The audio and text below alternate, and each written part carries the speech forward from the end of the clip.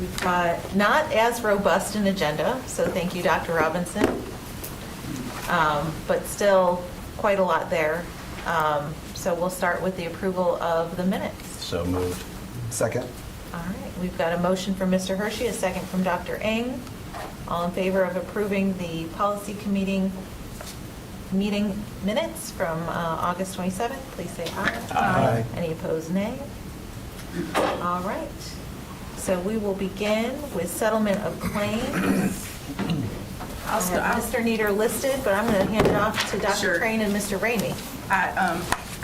I put him on there because it's really under his world that this kind of work is done, and so what you have attached are the correct copies, the correct copy of the revision of the settlement policy, settlement of claims. So in the first line, just to walk through what those revisions are. And that's the one that says 8623 Rev settlement of claims. 8623 REV. Okay.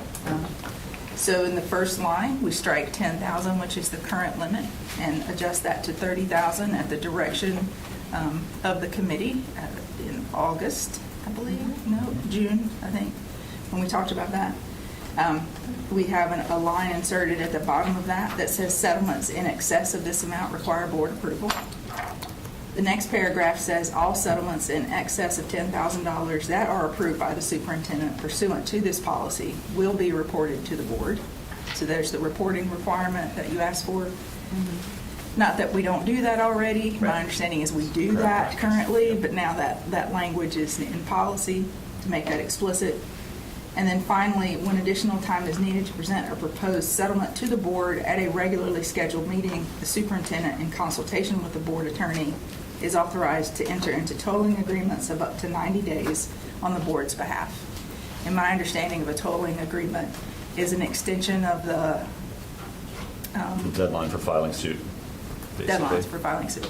So that's to explore possible settlements before a lawsuit's filed. And now I will turn it over to... That's it? That's it? All right. Mr. Hershey? Motion to move to first reading. Second.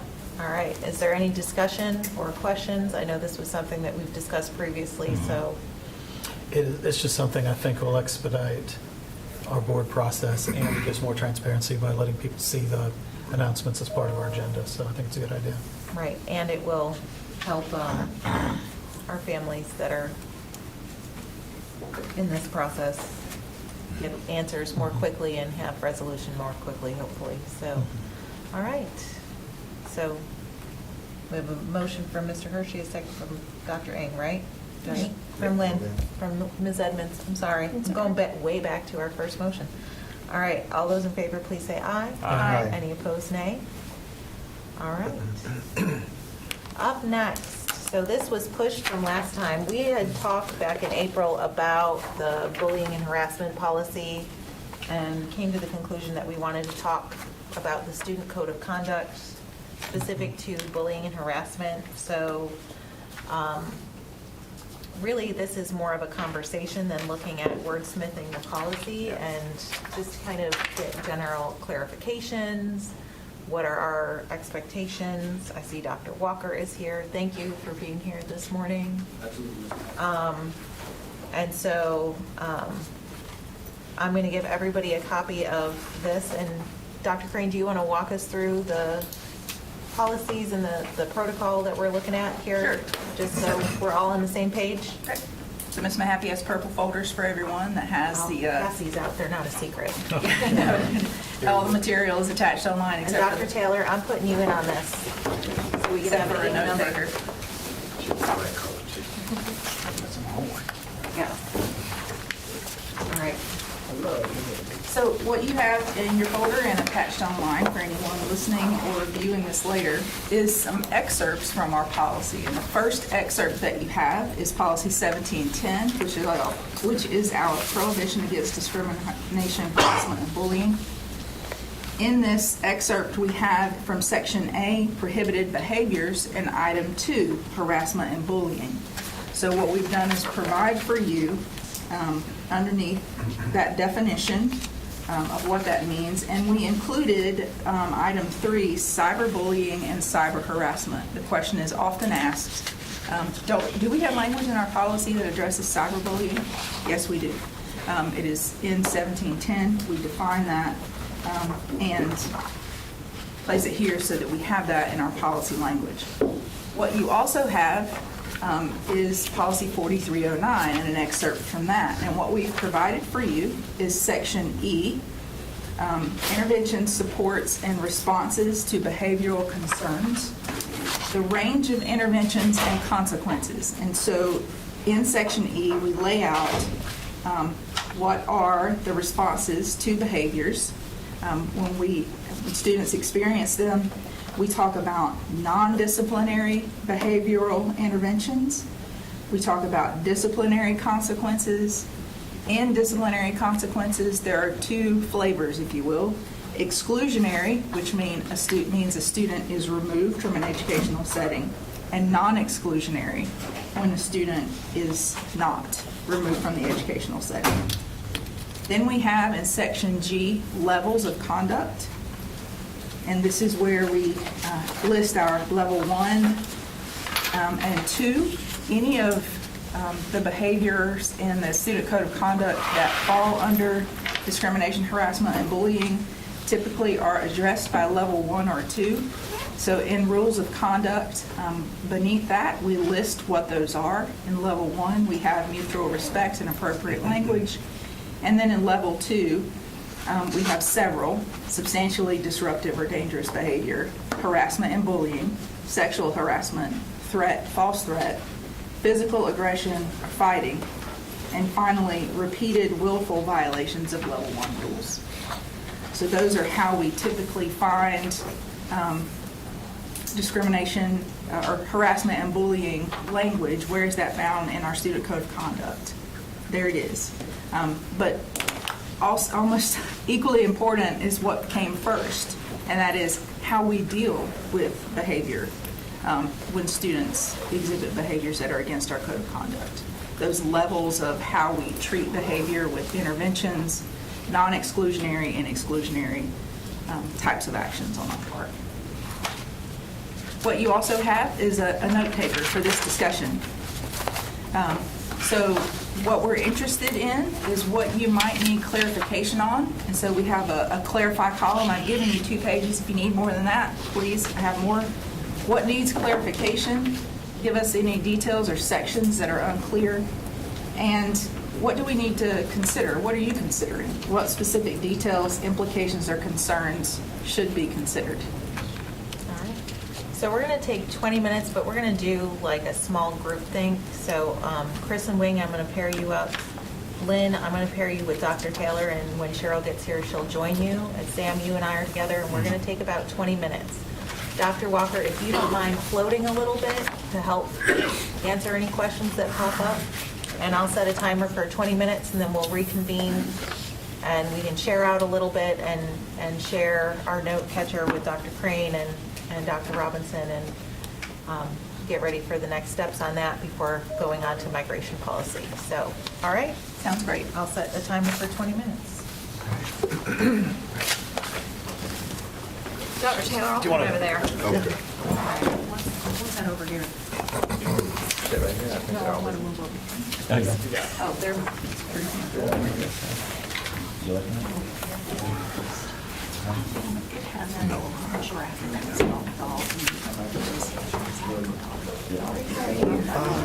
Coming over to the corner, stealing a table. Trying to keep my balance. Yeah, you and me both. Yes, that is. Take the low road. Absolutely. I'm in good shape, but it's a lot, it's still a lot to do. Anyway. I'll just share with you. I don't know where to point that this is relevant, but just crazy. And the main thing that I tell parents is they feel like for parents whose children are being disruptive by others' behavior in the classroom. They feel like too many chances are given, that if the classroom remains disruptive, the students, and these are things like not so much of an act of violence or something, but if a student is verbally aggressive toward a teacher or a person, coming in and out of the room at will, they feel like it's not addressed. And it's hard to respond to that, and I always share with you, you never know what's going on with a child, and it may very well be safer and in a better environment at school than at home. But I hear you that it's disrupting your child who's following the rules and trying to learn. So anyways, I don't know. So that kind of Repeated violation.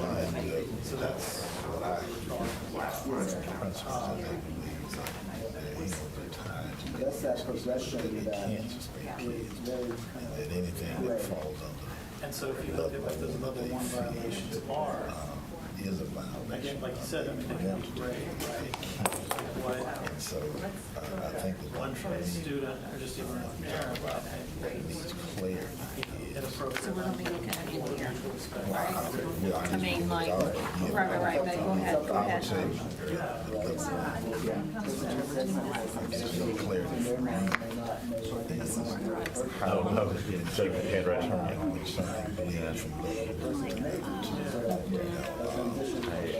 And I don't know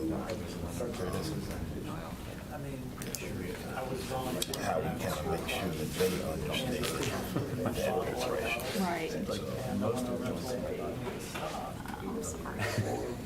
My mom had that. You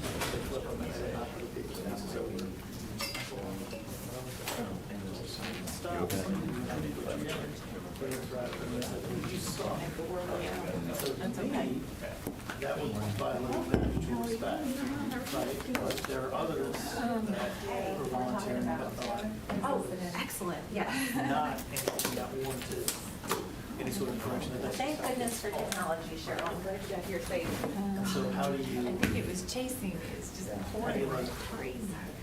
define those, or how do you, because we're trying to show repeated behavior, is it, Yeah. like if someone's repeating the behavior, I think like in high school setting, they have different classes, different teachers, stuff like that, so that's one way, but if it's just like one particular teacher, well, Right on time. Wait, I know my glasses, I can't pretend like I can see. That example is like pushing the envelope, pushing the limits, like they think they can get away with. and the thought is that if you can, for lack of a better term, So call them I on it think that's and show them this is the one of boundary, the things that maybe they're definitely. not crossing it. Right, so, yeah, so it's not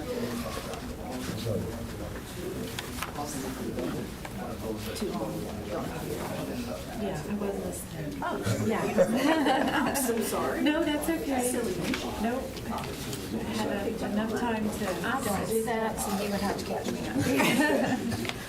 It's actually, I have a wire that goes in the car, so if I put my phone in, I can actually hear it through the car. So it's got like surround sound of the meeting.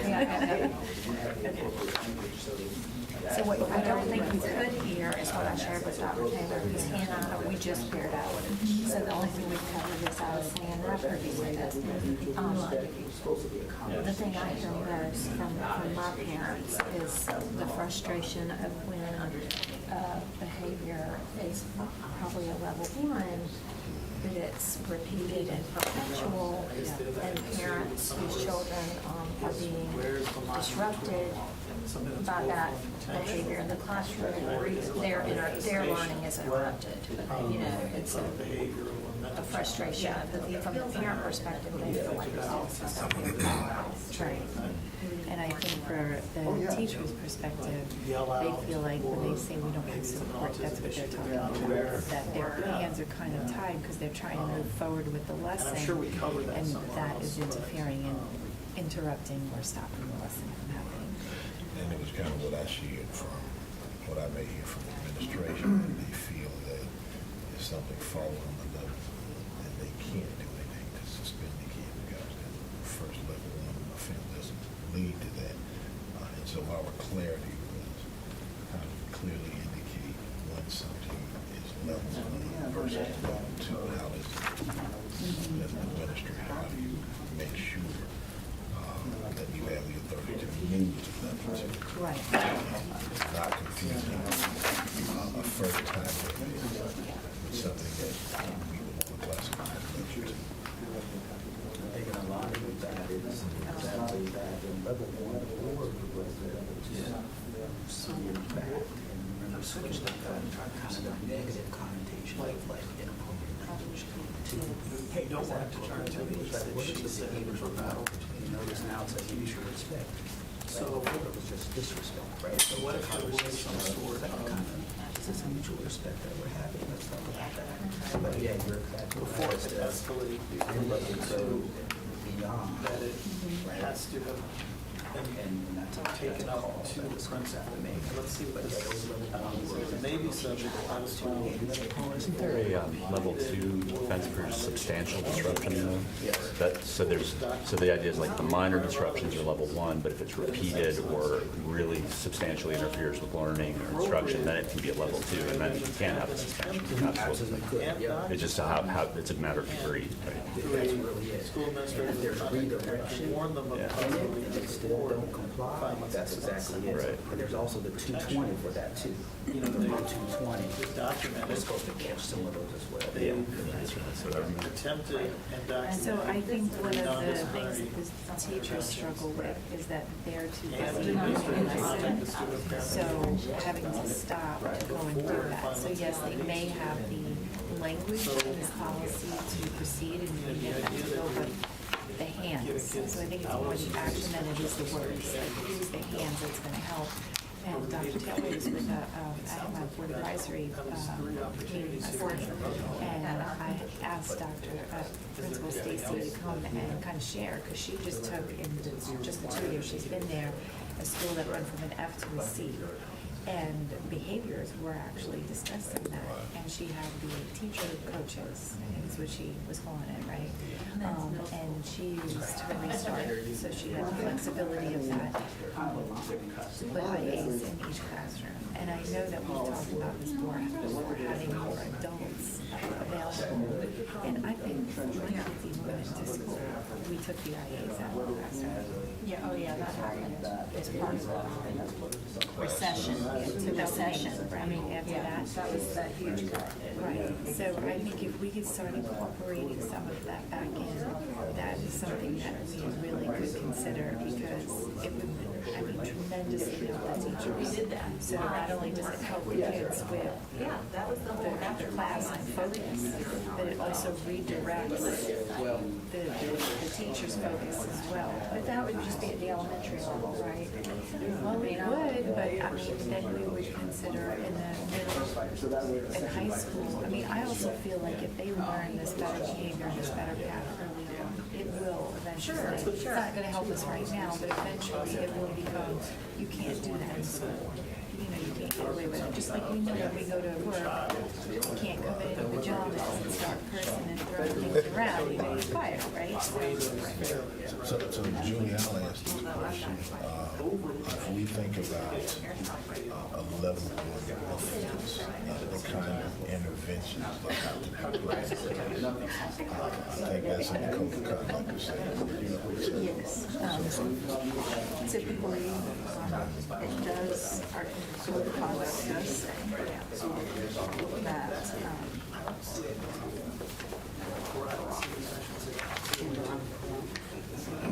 at level one, generally addressing non-disciplinary interventions or non-exclusionary discipline consequences.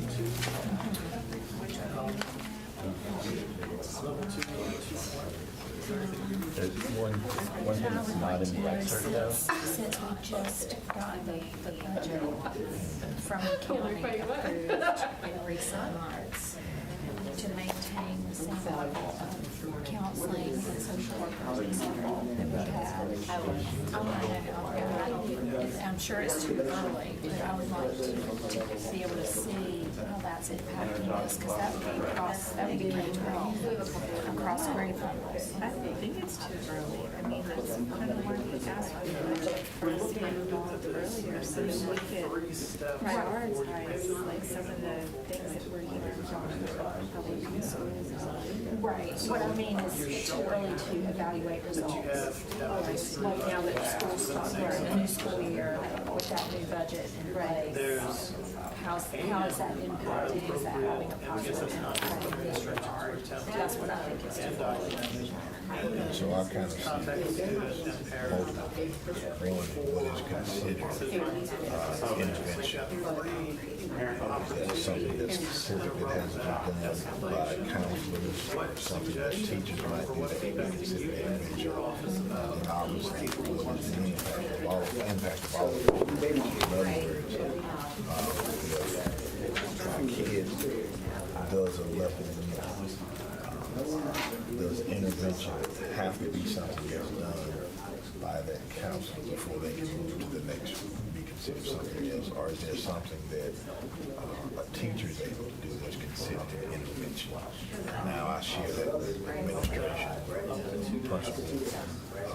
I've done similar. That would give the principal more flexibility. I would just need clarity. I have 7 minutes left on my clock. First paragraph that talks about when feasible, taking into account specific facts and circumstances of each case. Schools are encouraged to implement non-disciplinary behavioral interventions, which are responses to problematic behaviors that attempt to support students in learning to make more positive choices. But it also minimize exclusion from instruction and other normal activities, and don't result in loss of privileges. And then there are 8 examples of what that might be here, from student parent teacher, student parent administrative conferences, behavior contracts, award systems, oral or written warnings, referrals to school counselors, referrals to programs or agencies that support at-risk students, peer mediation, and restorative justice processes. So I actually must have it on my briefings because I have not the whole time slipped by the board, printed out and noted. And where we have non-disciplinary interventions, we're saying that they minimize the exclusion from instruction and other school activities and do not result in loss of privileges.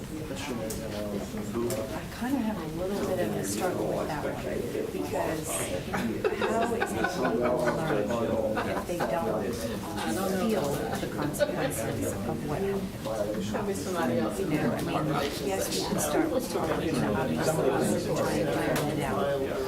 But kids need boundaries. Adults need boundaries. It's important to know what is expected of us. That clear expectation then guides us to succeed because we know where our boundaries are and we know what we can do. We know that children are playing and all of that. They're going to push the limits. So I think that's definitely something we can write down on the consider side. Just to point it to, because I heard Paul sharing this with another group, there are 2, I think we're talking about a lot of level 1 rule violations, the more minor stuff. There are actually 2 level 1 rules that can result in out-of-school suspension.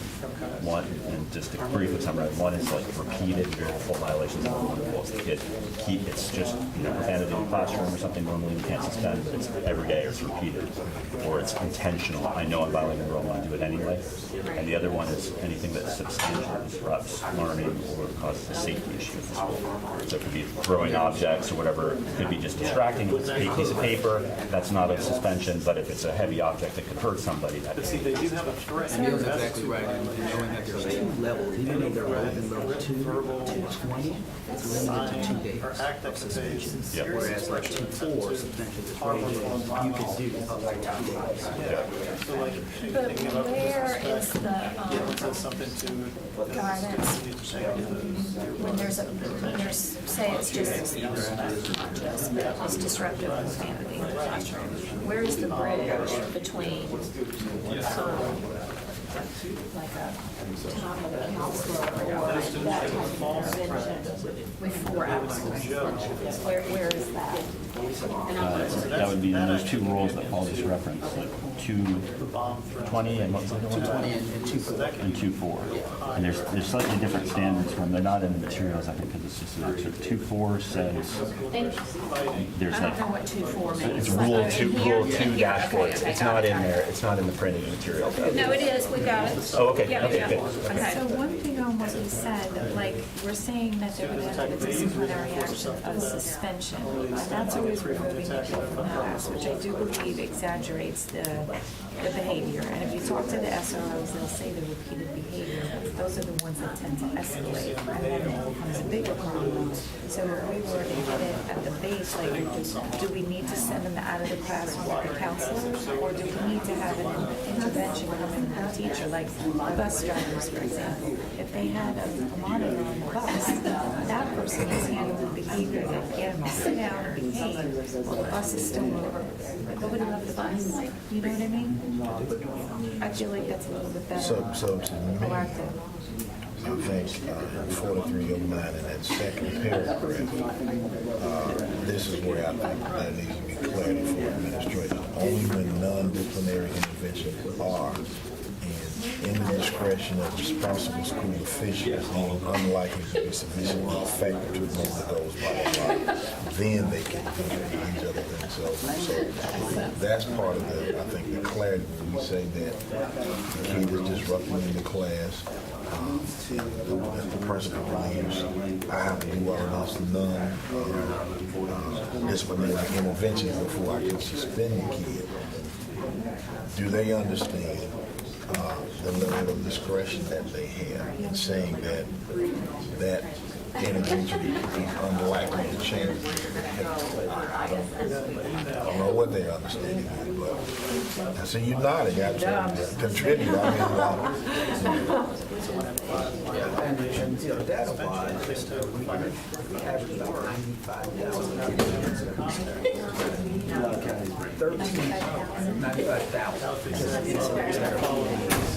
13,000.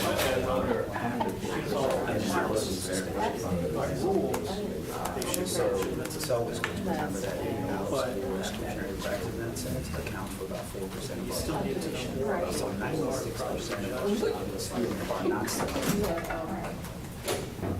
So that is, Sunshine, rain, but I do believe that that behavior kind of spreads a little bit. So at the 4%, we need to figure out where we can concentrate efforts to help the teachers with those 4%. I mean, the 7,500 kids. So part of that data we say that they are utilizing certain effective strategies to kids in school. What does that look like across the board in the sense of consistency? And that's where principals, TLTs, and talk about, hey, what do you do? And no, you don't have to suspend in the first fight. Schools don't. And I share that kind of data with them. So those are some things that I think about it. do we ever have the Office of Equity Affairs go in if a school is experiencing a specific, maybe not one specific incident, a singular incident, but if they feel like they're having like an influx?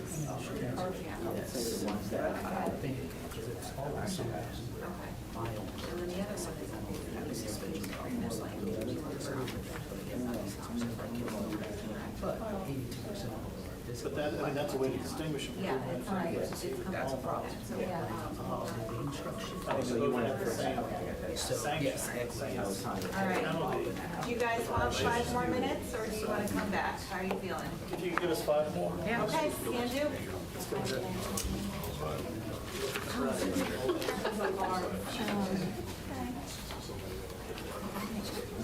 So that is also something that what you just said, that 82% of those are from, okay. So then I'm wondering if we have data that kind of helps us understand where to concentrate. So that might be helpful for us to see from the resources. Because it may not be every school needs to have all these extra IAs. It may be only the 82% of where you're talking, what pockets can we put that in? Yeah, how do we balance like an active conversation now? Right. It's a full-time certified teacher. But the school A, needed as much as school A. Say that again, I'm sorry. Alternative money center. We allot a full-time middle school and high school teacher in order to well, certified practices. The question for us based on that is, does one school or all schools create? Does every school? It's a question. Can you share that data with us? Absolutely. Yeah, if they have questions about Dr. Taylor, we can, absolutely. Even if we do small groups, just try and go over the data and try and, This is an example of the allocation formula. Right now, that allocation formula may be all Yeah, one high so school. we actually proceed, All right, I got 3 minutes left, friends. Data-driven allocation formula that says based on, and some may get more or less. depending on what Julie, you're going to take these, right? If you want me to, yes, I will. I mean, is that, Absolutely. was this for us, or didn't you want them I to? would love to take them. Okay, I'm so gonna put that I my can- name- I mean, I'll be listening and Yeah. also be glad to take these. I'm putting my name on it just if you have, if you need clarity from me Okay. about whatever I'm doing. Got it. We certainly, so in the last few minutes that we had, I was thinking we have to rewrite this, but you all gave me feedback on cyber. You're right. Parents are still trying to think about so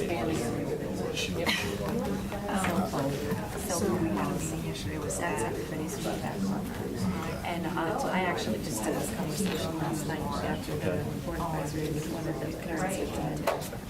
But for any high But if school we were to environment, have, I have those Parsons that have the Southern County, I'm bringing it up.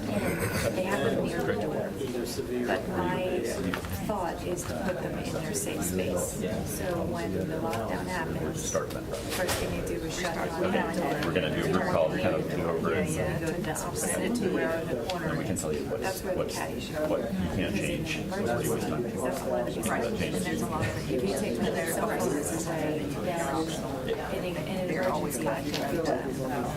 So that would kind of solve that because they're going to go exactly where they're from your emergency.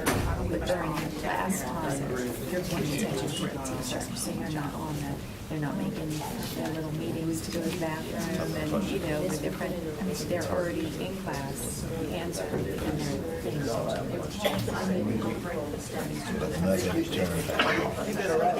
We understand the limits of what we're doing here.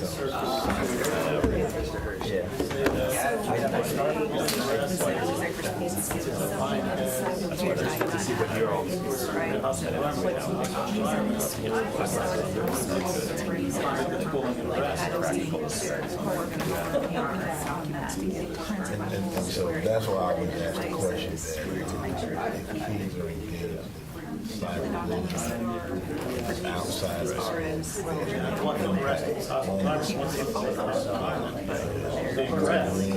cyberbullying each other. But in class, you see them next to each other, you don't say anything, no problem. Good, tough questions. Yeah, thanks for giving me a heads up. There's an expectation. There could be more nuance. So I don't know if you Sure, what are we, those I do get some reports about cyberbullying and the kids struggling in class and having these issues. More in the halls and stuff than it would be in I'll class. say something too. Okay. Yeah. Lunch period, PE, recess, or Part of it too, Time's up, y'all. including, but Okay, here you go. all this that capture and other things that should be done. There you go, Julie. Thanks. You're welcome. I think we were going to have a. All right. Hold on, turn it. Right now. So much that we can go into with this, so I want to take just a couple minutes to go over some highlights of what you've heard, and then we're going to share our papers with Dr. Crane, and this may help inform, sorry, not may, this will help inform future decisions and maybe presentations to learn more about different things. So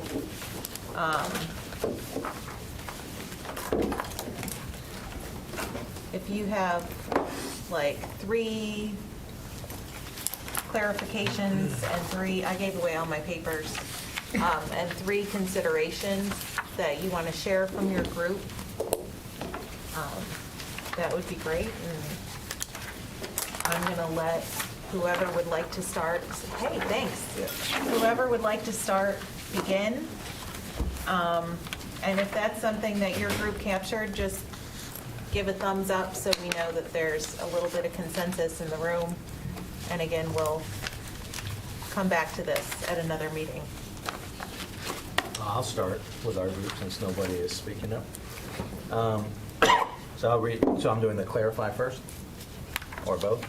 Yeah, I clarify. figure we can do all 3 of each. Okay. We asked the questions. What is the disconnect between Section E, the range of interventions and consequences, specifically when it comes to non-disciplinary interventions? So what is the disconnect between Section E and an admin feeling they cannot use ALC or in-school suspension? Does this need to be clarified?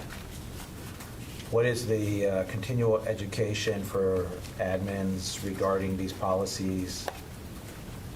How do we keep kids in academic environment while also being in compliance with the code of conduct? Consideration of IEP 504 is better understanding of the manifestation, determination, review.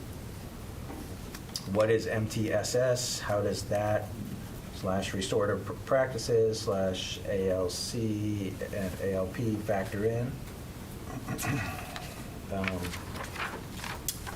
Last one, how many kids are out of school for short-term suspension?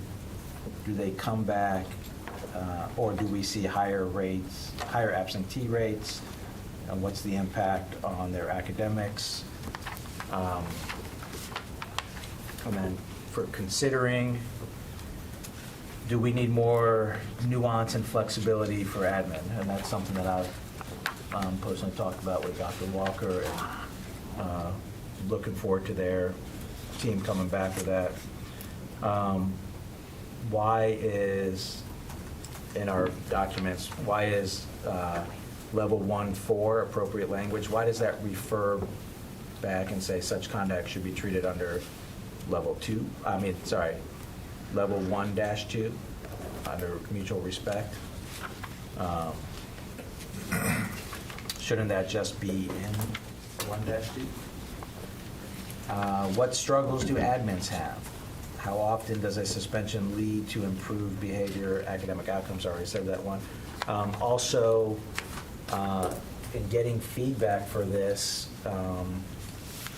how do we get feedback from not only principals on the rules of conduct, but also from those who administer student due process reviews for long-term out-of-school suspensions or any reviews, student due process reviews? How do we get their voices in on this to make sure that, to get their feedback on what we're doing? And I don't mean to cut you off, Yeah. but you've gone way over your 3 each, This- which I oh. should have suspected, but that's okay. I'm going to pass it over to This is Ms. Mahaffey's Wing. handwriting? It is my handwriting, Sorry, I was just going through them. but I'm gonna go to Wing and Chris's group, and then we'll go to Okay. Cheryl Lynn and Dr. Taylor. There was a lot of good points. Thank you. But one of the things that we would talk extensively on, the progression from level 1 to level 220, and it seems rather gray in our view, and how and depending on the interpretation of, the staff, the child, and the parents. And then, where's the line between an intentional use of words versus an unintentional reactionary type of situation? And, we were hearing how that in the past, level ones, there was suspension in the past. I'd just like to kind of get a clearer picture of how that was in the past. And we were talking about, under the policy 1710, some of the wording seems kind of circular, meaning that, where was it? Chris, can you help me out here? Yeah, sure. So the definitions of bullying and harassment right here. include a component, of creating a hostile environment. So you say, okay, well, what's a hostile environment? And you look down there, and it's like, well, anything that has bullying and harassment. So you're defining a term using the same term, which can be confusing. And to kind of also add on to that under the paragraph on hostile environment, a lot of those connecting words, the ands and the ors, seems very confusing. And we were thinking that maybe we need to clarify those as like criteria that we need to More simple sentences, less conjunctions? or just kind of outline kind of thing, format, so that they'd be more Pull each clear. of them out separately. Right, parse them out. And then under the consider, I wrote down, how do we empower the teachers, admins, to be able to prevent escalating from a level 1 to a level 2, and also the role of relationship building for the principals, APs, in helping to de-escalate. Great. Cheryl and Lynn? Well, we had the exact same questions about the need clarity going from a level 1 to a level 2. And I had some larger questions that wouldn't necessarily go into policy. For example, I'm very interested to know, we just, in our most recent budget, thanks to Dr. Taylor making it a priority, we prioritize more help, or to keep the helping professional levels we had, counseling, social workers, school psychologists, et cetera, that we had with the federal funding, and we got that funding. So I'm very interested to know, as we are in this new school year, of if we're seeing an impact in this regard with student behavior and discipline. But that's not something necessarily would be policy language. Dr. Taylor, do you want to share a couple of the other? Yeah, one of the things we talked about was when we look at the word discretion in 4309 in paragraph 2, non-disciplinary interventions aren't working in the discretion of responsible school administrators. We feel that that is part of the reason that things may not go from level 1 to level 2. They are not clear on what that discretion might be. So we felt there needed to be better clarity on that. I think we did talk about on the considerations, professional development on non-disciplinary interventions, and identify what we're doing already in terms of professional development and what administrators may understand. We did consider and talk about how the Office of Equity Affairs can also assist in how schools are dealing with these incidents. I think the final piece was the consideration of what the data says about where resources need to be placed. And so Paul, Dr. Walker had shared about positions that are at the middle and high school. Are those actually allocated based on what schools need versus just a standard allotment based on ADM? Cheryl, Ever-present conversation in many departments. Absolutely. Cheryl, did we miss anything? Well, I mean, he did share some really important information where he was saying, did I share that information? The 95,000 students? Yeah. Absolutely. So 95,000 incidents and 13,000 resulted in out-of-school suspensions. And I think it was important that he pointed out that it was 4% of our population.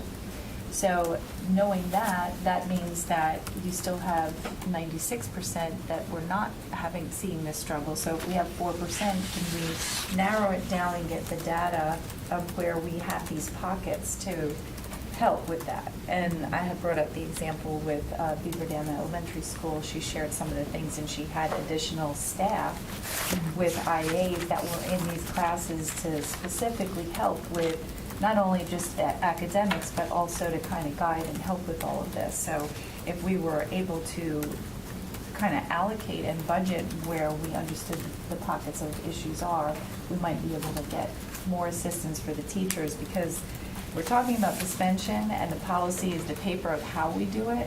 Right. But the idea would be to not How do have we them get out of there? the classroom. Or how do we not get there? Right, so is it more about pulling them out because of the bad behavior, or getting staff in to help with the behavior? So I think that might be a more proactive approach. Yeah, and I think that the purpose of this discussion is twofold. Like, number one, to like have that, like, how do we prevent the piece? And obviously the policy isn't the prevention, it's the what happens after. So that piece in the wordsmithing of the policy will happen here. But this can also inform conversations for, Dr. Taylor and his team, or our other committees like student assignment, and talking to Mr. Swanson and Dr. Wilson Norman and their planning. I know we always talk about, the data for suspension. So how do we marry those two, or work sessions to help bring things forward of like, what are we doing? Like Ms. Edmonds said about like, what are those positions that we've allocated for? What does that look like, and how is that working? So I think, right, this is one conversation in policy committee where we look at the paper, but I think this discussion informs many different aspects of this organization and what we do and how we work. So I'm glad you brought that up. Yeah. I just wanted to echo Dr. Taylor, but the importance of thinking about all the students, right? I mean, because if there's a behavior that happens in the classroom, it affects the teacher and his or her ability to teach the rest of the class, and so those students are going to suffer in terms of they're not getting the time that they were supposed to get for the lesson. Right. And so, I was pointing out to, before that, I had a tour of East Millbrook, and I happened to be in a tour while the principal had to get called in for reinforcement. But he really did a great job of bringing the student out, and so that the class can continue.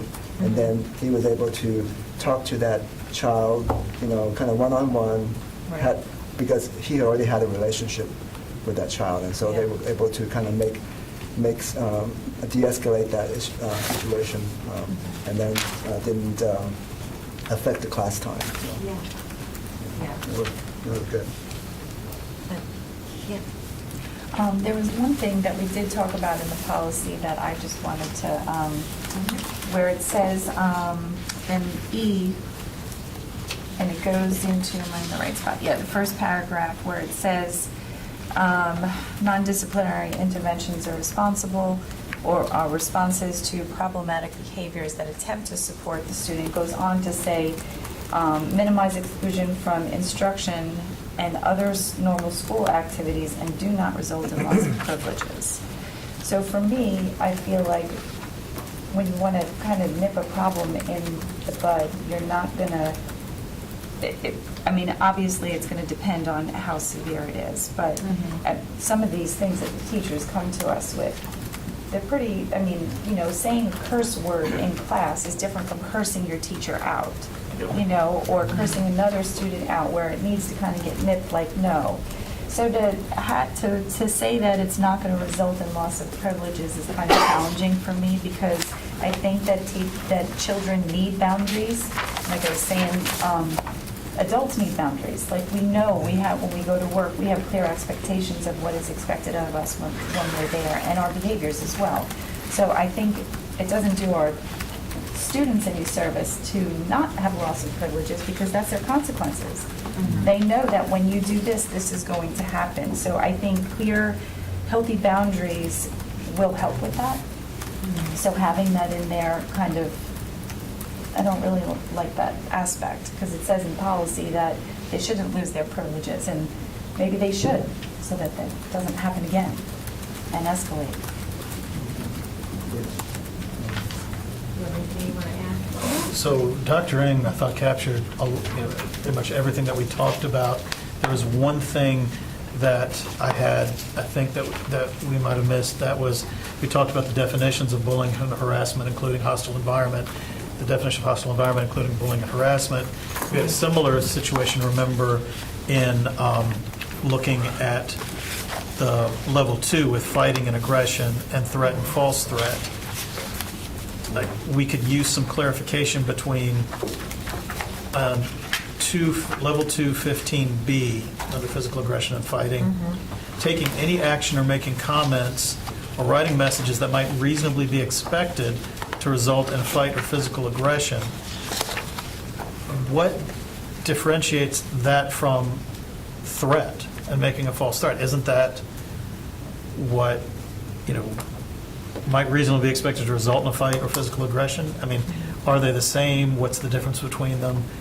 Just trying to get some clarification on that. Back to the nuance part that Right. Mr. Hershey was talking about. Right. You want to have an appropriate response to inappropriate behavior, but you don't want to have someone potentially punished twice for the same offense. And if this is both a threat and physical aggression fighting, but they didn't actually fight, And then is it's a it really compounding factor right? as you're looking at student discipline and applying the code of conduct for Yeah. two different things for the same incident. And it just makes it more clear if you're looking at a student's record, if you see physical aggression and fighting, but there wasn't actually a fight, it was a threat, maybe it should clearly fall under that versus that. And I'd just like to know more about why that distinction was made. Yeah, and I think we also talked about, whether the words, are they planned? Yeah, Are they, again, Premeditated. premeditated words of threat or harm versus just like, you're reacting to the situation and you're just, in the heat of the moment, saying something that you wish you could take back, that's right. Yeah. right? Mr.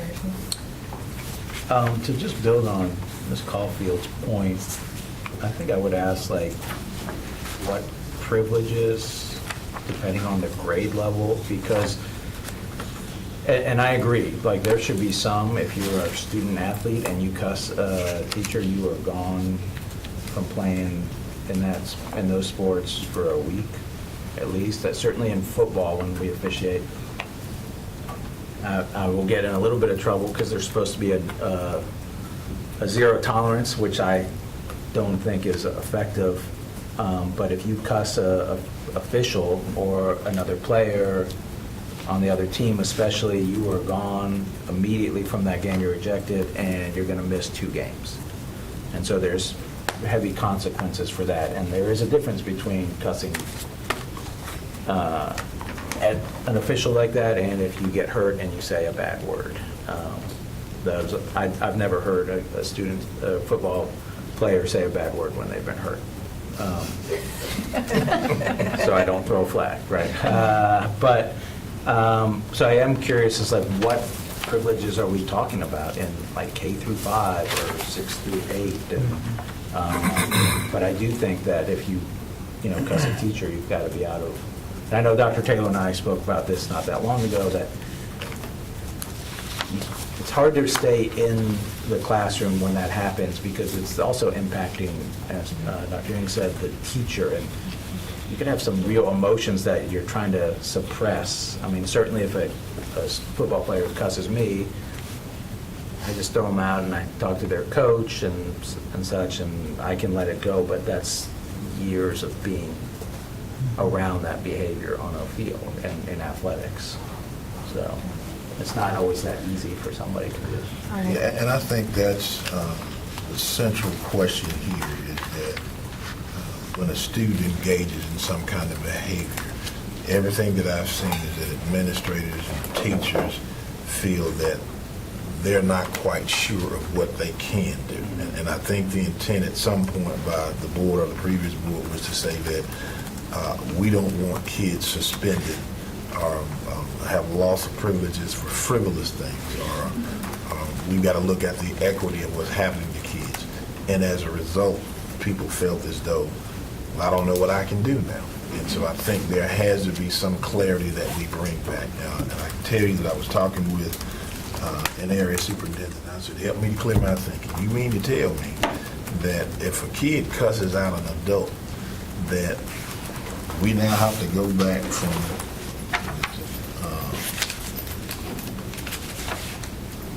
1-4 back to 1-2, and that doesn't result in a suspension. And so I think, some kind of disciplinary action. So everybody I know is looking for clarity on what does that loss of privileges actually mean, when can we implement that, and what level of discretion do I have? And I know they need to hear that from us. So if you would hand your papers or pass them down to Dr. Crane, if you want to keep your code of conducts and your bullying and harassment policies, feel free. If you're marginalia, we'll help Dr. Crane out, please pass it down. And I want to thank you all for your time. This is not the last time that we're going to see this,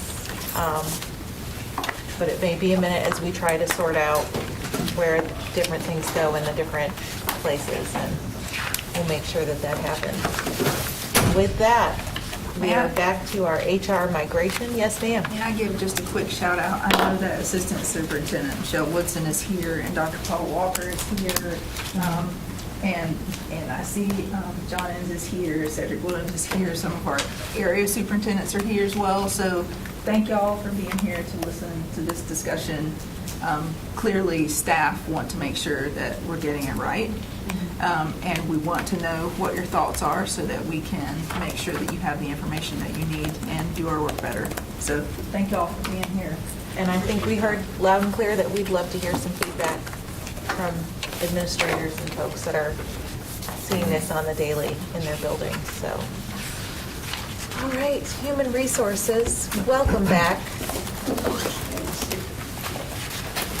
Our last hour is dedicated to the migration and revision. So we welcome back Ms. Kendra Hill, Sally Potofsky, and Dr. Mutillo. Too late to clean up the writing, Chris. That's what we said. And then we would turn it in, we would go, no.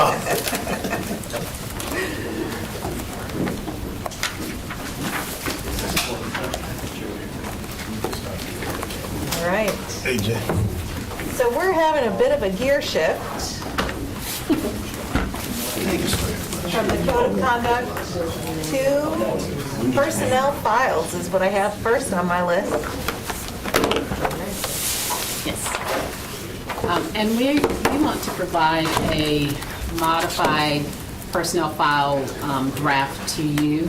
We got more feedback with regard to the personnel file policy, and we have put together this draft in the hope of being able to respond to any questions or concerns with regard to this particular policy.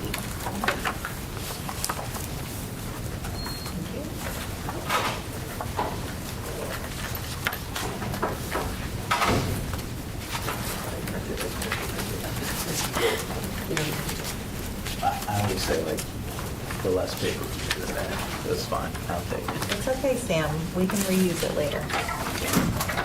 Yeah.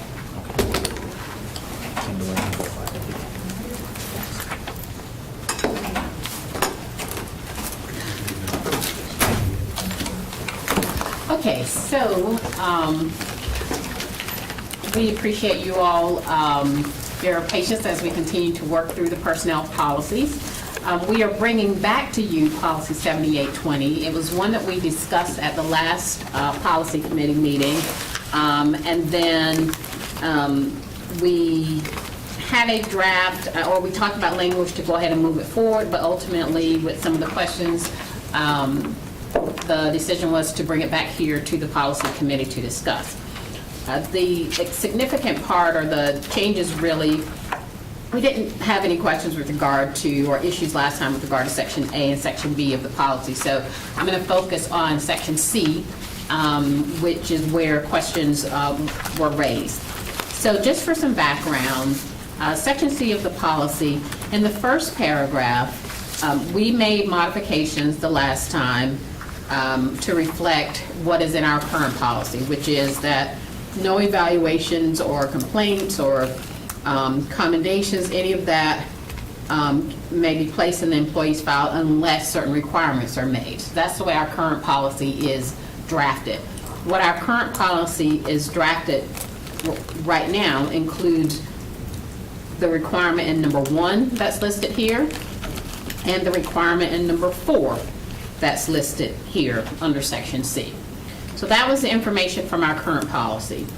In looking at the School Boards Association information, we decided to split some of the language that was in the number 2 of the School Boards Association policy to separate the language about an attempt to resolve the issue and language about the superintendent determining that it doesn't contain any invalid, irrelevant, or outdated or false information. As we continue to look at this policy and receive feedback from this policy, we made a modification to remove what is listed as number 3 in this policy, and instead to replace it with language that reflects the superintendent's flexibility in deciding whether to remove something or electing not to put something in the file if it is invalid or irrelevant or outdated or false information. So rather than having it in here as this can't be placed in the file unless this happens, it basically goes back to the language of the statute, which says that the superintendent may elect not to put that in the file if it is irrelevant or invalid or those issues. So you'll see the kind of yellow with a little green tab. That was my attempt to say, this is what's different from what you had in Assembly. So the little green tab, I had limited. It's okay. We're fine with it. Thank you, thank you. You were getting creative. You were getting creative. I'm very creative, and I am not that creative. Not artistic at all. Okay, so that is the change here. Again, striking Section 3 and instead replacing it with language. And this language that's here highlighted at the bottom of the page with a little green about the superintendent's authority, this actually was also in the policy. We just moved it to the front to make it clear. This is the authority of the superintendent to determine and decide whether to put something in here if they believe it has invalid or irrelevant information or outdated or false information. Okay.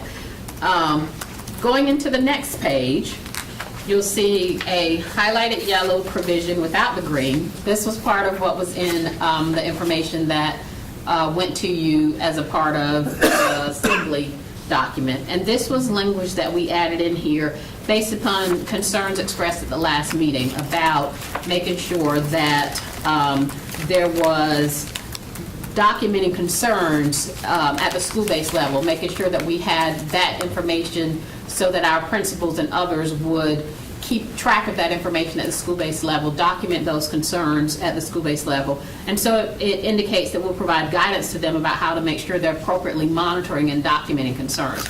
Part of that would be that if there is a pattern of concerns, that's where we start to talk to the supervisors about this is something that would need to go to the personnel file once you are seeing a pattern of concerns or those sorts of things. So that's a part of what we often do when we're talking to supervisors about performance concerns or things like that. We say, talk to the person, go ahead and do some informal discussion, send an email to say, hey, this is to follow this up. And then if there is a concern, if there's a repeat of those concerns, it becomes more significant, we say, okay, have a further discussion, and this may be a time to put something into the school-based file that's a more formalized document. And then if there still seems to be a problem with that person, that's when we talk about, let's move this to the personnel file, because that then becomes a part of that person's documentation in their central office personnel file, much more significant in terms of documenting that. So part of what we're saying here is that we will make sure that superintendent's designee will provide guidance to principals and supervisors about how to appropriately monitor, how to appropriately document those concerns that don't, and that may not be at that level yet to go to the personnel file. The other information in here in the next paragraph, the highlighted yellow, this is something that we discussed during the last meeting. It was something that we had forgotten to include from our current policy, and we added that in here to indicate that if a document says it's going to be placed in the personnel file, we don't need to provide additional notice of that document going to the personnel file. Additional green tab. It says, for documents placed in the personnel file, the employee may offer a denial explanation, and that's just for clarification. If someone, and this is our process now, we always tell employees that they can provide a rebuttal or a statement to something that's going to their official personnel file. And then the next section with the green on it is just the section that we picked up and moved to the front of the policy. And those are all of the changes from what we did at the last meeting, just to section C. All right. So we have reached the green tab section of policy committee. Green tab section. And so we've never gotten here before, so I'm glad for your, is this your final policy? I have one more. You got one more, so hopefully you don't have to do color. I know. I know, Dr. Crane. It's mourning. There's the sackcloth and ashes kind of mourning going on. May I just briefly sort of connect Yes. what Ms. Hill just explained to the statute? So I think as she addresses, but just so you all understand, the statute on personnel files says the superintendent may elect not to place a complaint in the central office personnel file if it includes false, outdated, irrelevant information. Any of the following. Your current policy says nothing goes in the file if it includes any false, irrelevant, or outdated information. So this change just kind of gets you back to the statute where it's an option for the superintendent. To me, where that could be most significant would be, so let's say it's a long complaint, a 6-page email, and 80% of it is a valid complaint and 20% of it is invalid and outdated. This would give the superintendent the option to say this should go in the personnel file. There are some valid concerns here. So it takes you back to the flexibility allowed under the statute. Are there any questions? Dr. Amy and Ms. Caulfield? So in that particular scenario you're talking about, would that document be in total, the option of the superintendent to put it in total, or could it be separated to the part? I think it would be in total, although as a matter of practice, certainly the administration could also include information, saying 20% of this is deemed irrelevant and outdated. However, this is being placed in your personnel file to document the other concern. So I think that's how that would be addressed. Yeah, I just don't want to throw the baby with the bathwater. Right. Ms. Caulfield? I'm just, I guess, curious, why would we not include it? And what circumstance? I understand you're saying that the outdated or irrelevant, but why would we not have it there? Because it does actually, in fact, show a pattern. Obviously, it's going to have an explanation in the file as well, or what the result was. But if you don't have it recorded, you may not see that pattern. So, what's our intention with that? That's what I'm trying to understand.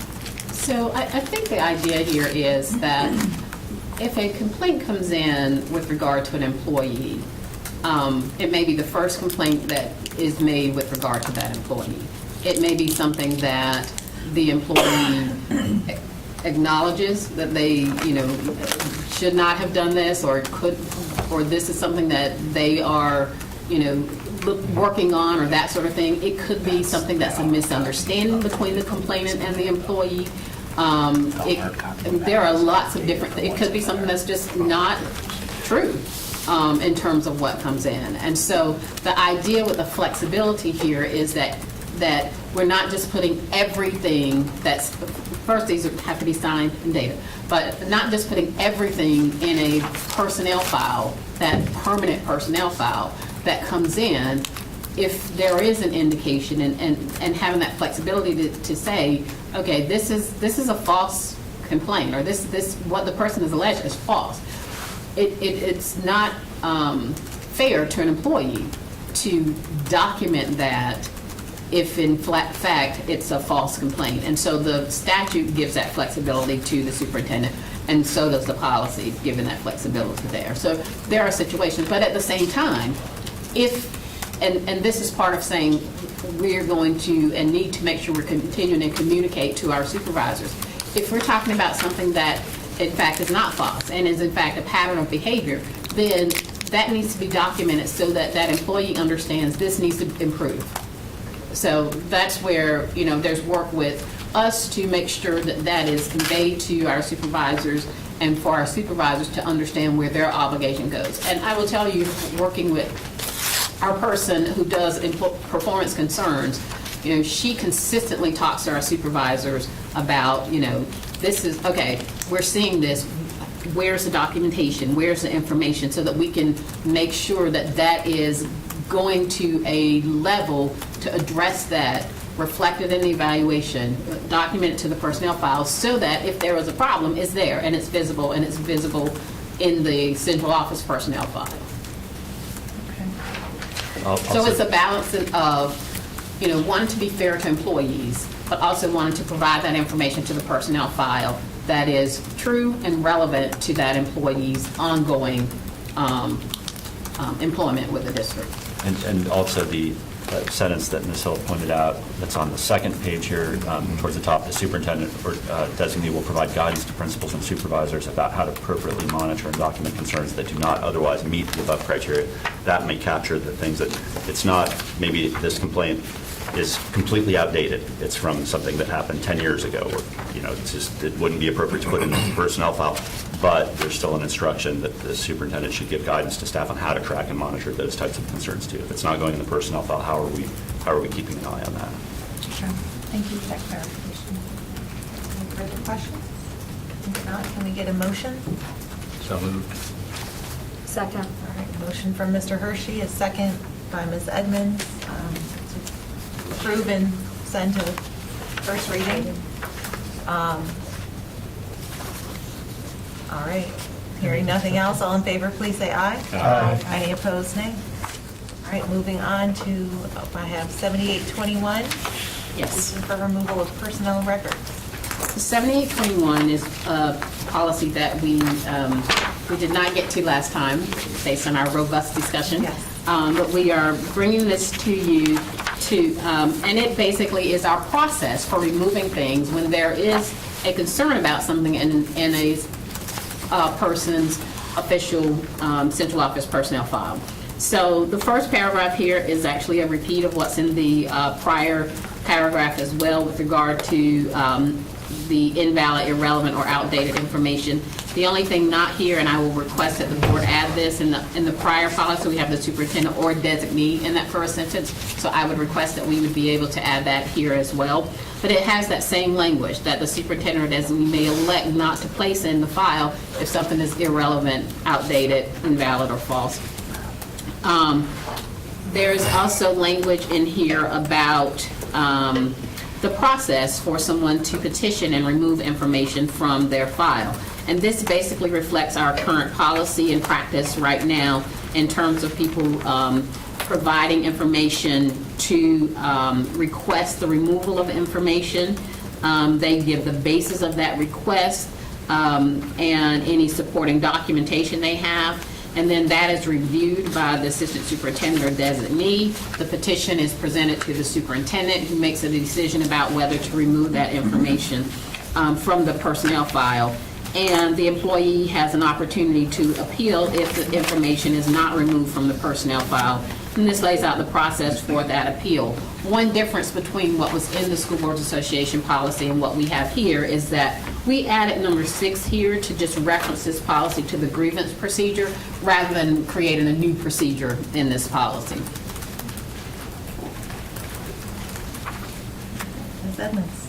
So the superintendent or designee that you're going to put in the intro, is that going to be throughout?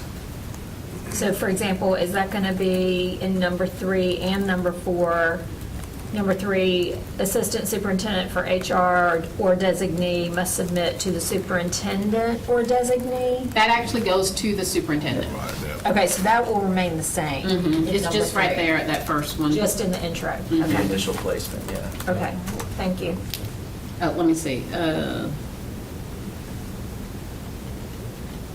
Because at number 4, it Number also 4, says. yeah, like- number 4, we'll do, if you all are okay with that, we'll do or designee there as well, because the reality is that once the superintendent makes the decision, it is the designee who removes that from the personnel file. Who would the designee be there, Dr. Matillo? That would be me. Okay, so Then- it'll read, blah, blah, the superintendent or designee may remove the information if the superintendent finds that it is invalid. Correct? Okay. Yes. All right, thank you. Thank you for pointing that out for us. Thanks. Any other questions? Number 4, on the second line near the end. Good. And so we have the change in the first line to add or designee, and then to add it again in number 4. Yes. And is there a motion to send this to first reading? So moved. Second? All right, motion by Mr. Hershey, second by Dr. Ing. All in favor, please say aye. Aye. Any opposed, nay? And just for your information, this one will replace policy 3232/4232. The first one, which I think we discussed the initial time, would replace policy 3231. Okay, the next policy, yes, okay, is policy 7400, which is job descriptions. We just had one small change to the School Boards Association language in this policy.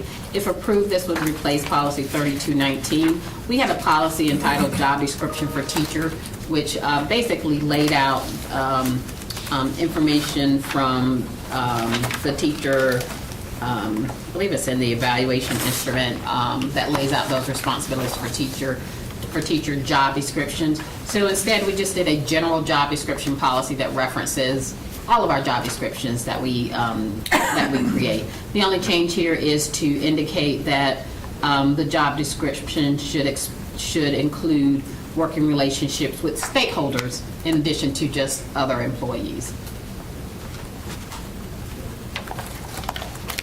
Any questions? So move to bring it to first reading. Second. Motion by Ms. Edmonds, second by Mr. Hershey. All in favor of moving this to first reading, please say aye. Aye. Any opposed, nay? Okay. Okay, policy 7405 looks like a lot of changes. There's a lot of blue and some green, which of course is where we move things within the policy. The policy was initially drafted by the School Boards Association as a policy dealing with extracurricular and non-instructional duties for teachers. When we looked at our current policy addressed issues including professional responsibilities, instructional duties, and those sorts of things. And so we decided to reflect this, or have this reflect more of the information from our current policy, which was policy 3220, teacher responsibilities and duties. We also changed the title because we were including more of that information. And it really, we found that this policy as originally drafted talked a lot about instructional and extracurricular duties related to beginning teachers, but we wanted to expand this to talk about all of the teacher responsibilities and duties, lay out the information from our current policy about what are professional responsibilities, what are instructional duties, and then do a separate section that talks about extracurricular and non-instructional duties, including the limitation of requiring our beginning teachers to do those types of duties, so that we recognize there needs to be some protection of our beginning teachers when we're talking about assigning duties to them. So we include it, so if the beginning of the policy, section A, and the initial paragraphs just provide information that we have from our current policy, making it clear what the primary functions of a teacher are, that they are responsible to the principal, and maybe assign professional and instructional duties as laid out here. We define what we mean by professional and instructional duties in this policy, but again, this is coming from our current policy as well with regard to these duties and responsibilities. And then when we get to the extracurricular and non-instructional duties section, again, it makes it clear from our current policy that the principal is responsible for assigning those duties. It does include language about the principal reviewing the duties and responsibilities to see if they need to eliminate any of them, see if they need to modify any of them when they're assigning those duties. And then we move language around to include language about beginning teachers and making sure that the principal is cognizant of and specifically works to limit providing those sorts of duties to our beginning teachers. Just as an FYI, the old policy talked about beginning teachers and experienced teachers with 27 plus years. That language with regard to the experienced teachers was removed from statute, and so we are reflecting that here, what the current statutory language is with regard to those protected assignment of duties. So if you look in the extracurricular duties section, it only talks about having to have a compelling need related to beginning teachers rather than what our current policy says, which is beginning and teachers with 27 plus years. So again, that's to reflect what's currently in statute, which was modified to limit that to beginning teachers. So we have in here the process that the School Boards Association have with regard to defining what is a compelling need, and then a process for waiving compelling need. The waiver of the compelling need by the board is something that's laid out in statute. The policy includes a waiver by the superintendent if the board is not meeting. It also includes an optional section on a principal waiver to be done in exigent circumstances where that may be needed. What we now have noted as Section 2 talks about non-instructional duties and lays out what the definition. This is basically moved up from the way the school boards had it laid out, but same information, laying out the non-instructional duties, what those responsibilities are, including again that the principal should minimize assigning those non-instructional duties to beginning teachers. And also including that non-instructional duties should be distributed equitably among the staff as possible. And then the Section C of the policy talks about the fact that if someone does not, if a beginning teacher does not volunteer to participate in extracurricular duties, that can't be used to lower their evaluation or cause them to be marked as not proficient.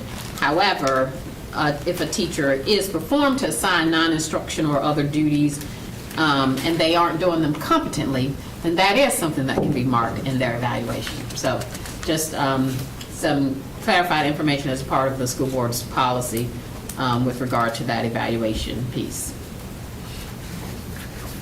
That's a lot to merge and migrate. Yes. It was interesting because our policy was broader and dealt with other issues, and this one was so specific, but we think it's the best reflection of our policy as well as keeping in the important information from the school board's draft. Dr. Ng, I saw your hand go up. Yes, thank you so much. Just want to have a question whether there's a provision for, let's say a beginner teacher that is assigned or willing to do something, and then finding out after the fact that, oh, I'm taking on too much. Is there a way for them to do that without feeling like they are, their evaluation will be threatened as well? So I don't think it's specifically laid out here in policy with regard to that. However, we do have our beginning teacher support program that and our teacher coordinators who help our beginning teachers. And part of that program includes this same language about discouraging from someone receiving those duties and that same type of information. In a situation like that, those beginning teachers would need to communicate to the supervisor, and they could also communicate to the beginning teacher program any concerns about doing those types of duties and where those duties might be impacting them. And we have had situations actually, and we've done it through our performance concern team, where we've said that teacher needs to be removed from that duty because they're not meeting standard, and the most important thing is for them to be able to provide instruction to the student. And, we've talked to the principal about, let's work something out to have that teacher step back from that duty. So that is something that our HR team in our beginning teacher support program and in our employee relations program are cognizant of, and that we've worked with supervisors before if it looks like the beginning teacher is not able to, meet their responsibilities or get the support that they need because they have these other responsibilities. Yeah, I just don't want the beginning teacher to be, evaluated that they're not able to competently, perform their non-instructional or extracurricular activity when they may have already recognized it in themselves that they can't do it, but yet they kind of feel like they're obligated to do it. Yeah. And so, that it becomes a self-fulfilling prophecy in a way. And I just want to make sure that the beginning teachers feel like they are able to speak out if they feel like they are at their limit. Understood that. And Dr. Ng, one of my expectations would be that principals monitor those kind of situations to make sure a beginning teacher is not overloaded. I absolutely understand that I take something on as a new teacher, but that was too much and I'm afraid to come say something. So it is their responsibility to make sure they look at that closely and say to that beginning teacher, hey, I think you've taken on too much. Let's remove some of this. So we want to make that clear. So beginning teacher is defined as, In the first 3 years. so is that, so initially licensed with Yes. 1 through 3? Yes, so it used to be called initially licensed. Okay. We reference them as beginning teachers now.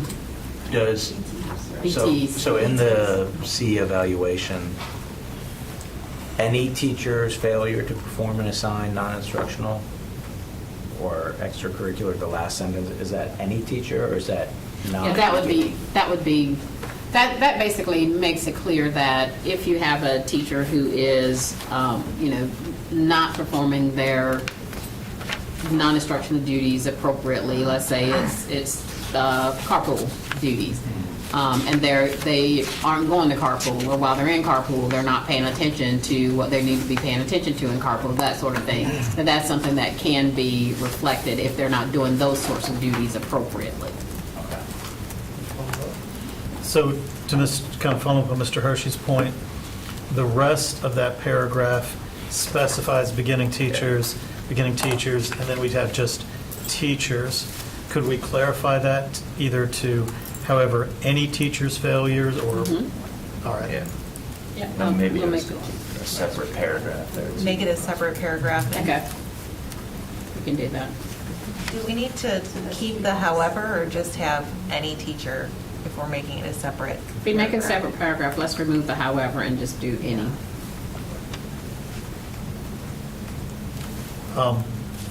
Just a question and a clarification. Section A2 on the instructional duties, we use the term mentoring. Is that intended to mean mentoring of students, or is that mentoring of other employees, like a lead teacher might be doing as a coach? Of other employees. Of other employees. Mhm. Okay.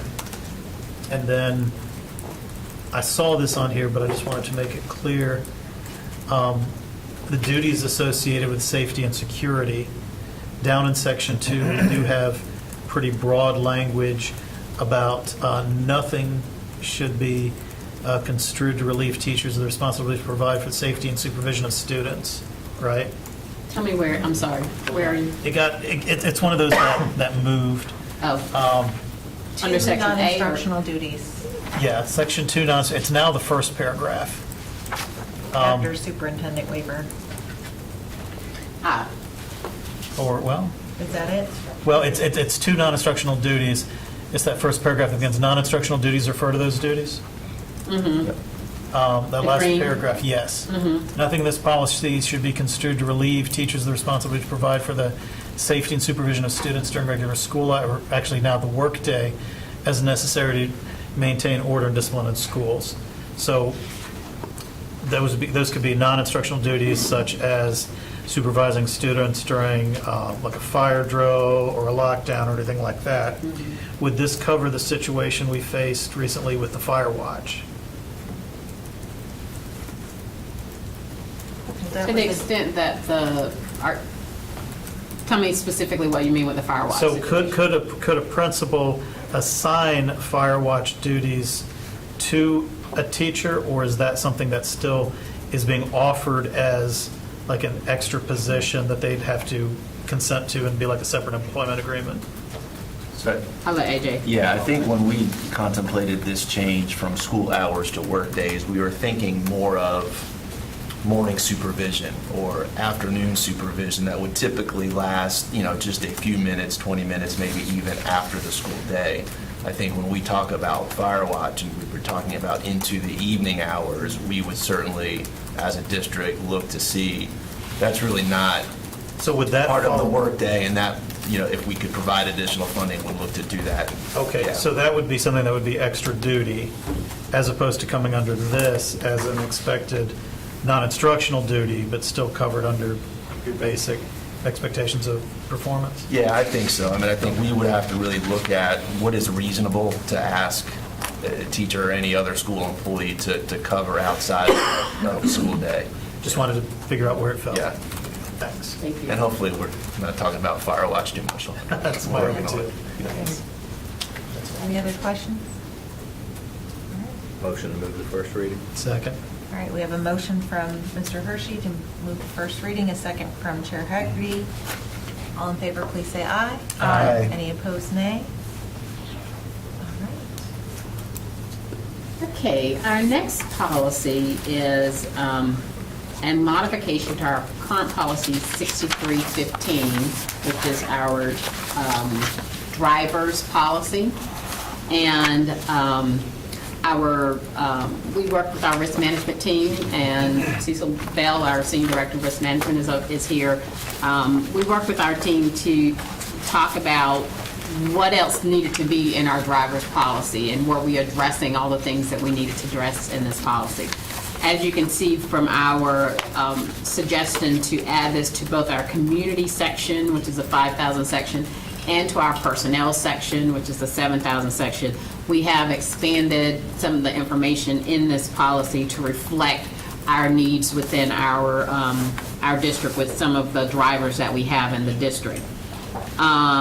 So the policy has been modified with the numbering of the policy, as well as in the first paragraph to make it clear that we're talking about student transportation and when people are otherwise driving for school system purposes, making it clear that our goal is for student and employee safety, and all drivers involved in transporting students or driving vehicles for school system purposes must comply with these policies.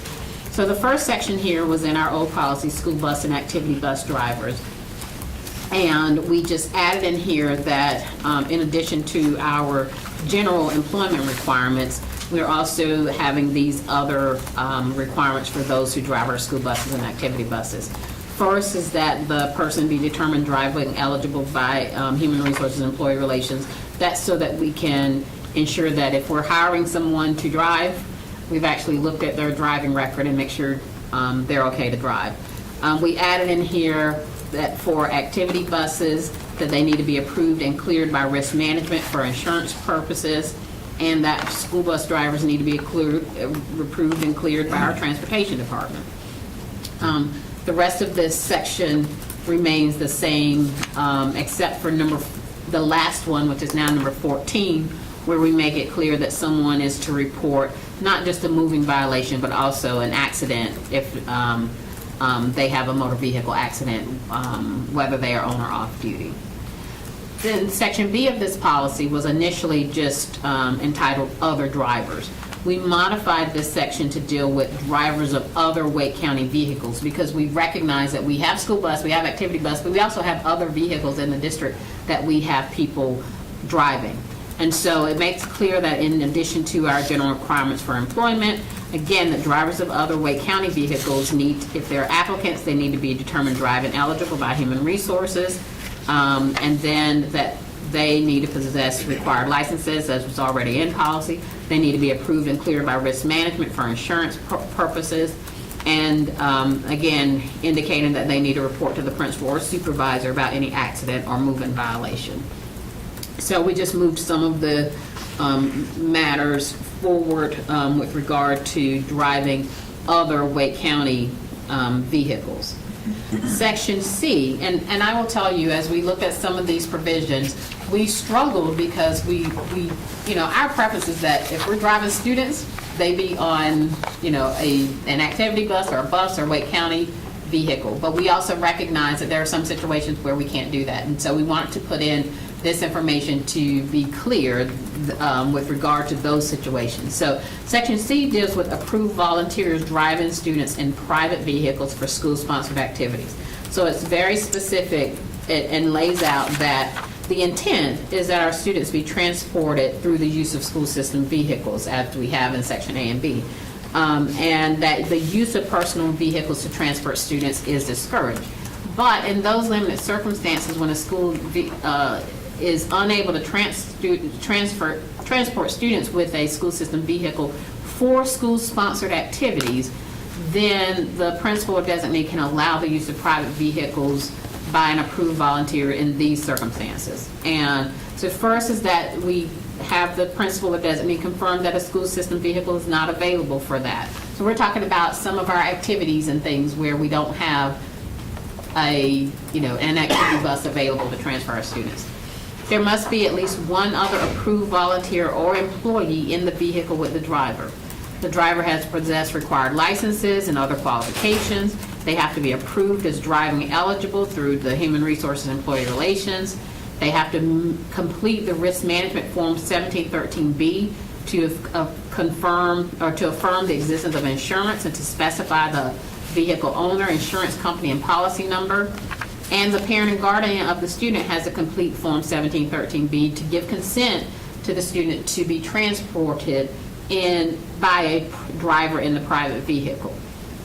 And we made it clear that if a parent or guardian elects to transport their own child or separately arrange for another parent or guardian to transport their own child, that's not what we're talking about here. But this is where we as a district are arranging for our students to be transported with regard to school-sponsored activities. Section D, again, a situation where our preference is that students be transported in a school system vehicle, but and so we strongly discourage employees from transporting students in private vehicles.